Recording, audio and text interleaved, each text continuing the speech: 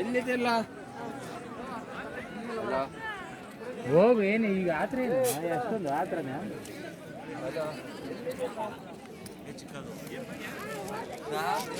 ದೇವಿರಮ್ಮ ಬೆಟ್ಟ ಎಲ್ಲರೂ ಬನ್ನಿ ಒಂದು ರೌಂಡು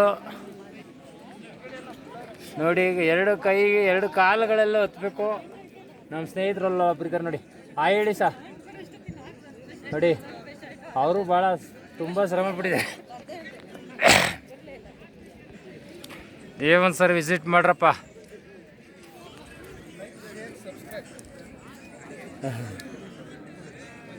ಇಲ್ಲಿ ಅಂತಂದ್ರೆ ಬಿಡಿ